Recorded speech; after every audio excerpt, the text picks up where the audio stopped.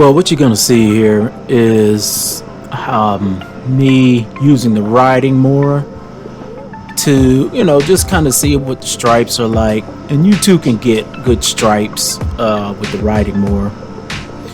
What makes it is the weight of the mower. The weight of the mower is bending the grass, in opposite directions as I go. And so when the sun reflects off of the grass, the sun is behind me here. What it does is it gives this nice striping effect. Now, you can do a roller on your rider, but as you see, my rider is giving me some great stripes.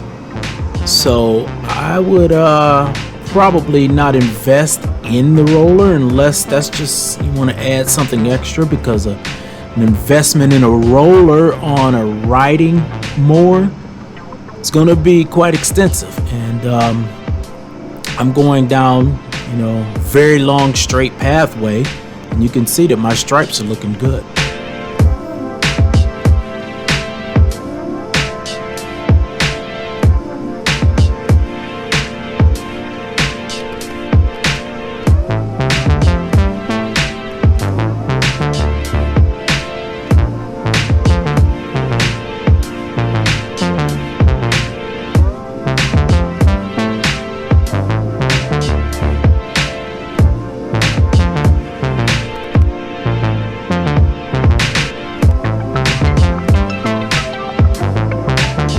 So now I'm just blowing off the concrete here and taking a look at the stripes.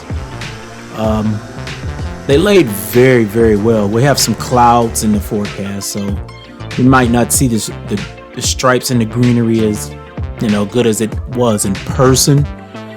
But again, with the weight of the mower and my weight of 227 pounds, you get some really defined stripes. As I'm going down this way and looking in the other direction, the way I mowed this, I just look ahead, maybe at a tree or a shrub, and I just aim for it. Put my chest right in the middle of that shrub way down there, drive right towards it, and I get really nice straight lines. So you too can just use a rider if you want and not invest, a couple $100 or in that vicinity for a roller attachment. If you do put a roller attachment on it, no big deal. You'll get some nice stripes as well.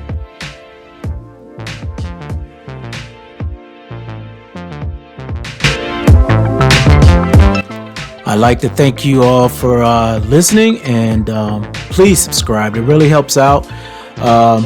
These videos, they're fun for me. It's my hobby.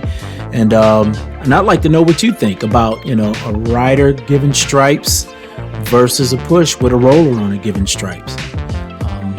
I do have a Honda mower that's very, very lightweight, and the stripes, can't compete with my Toro.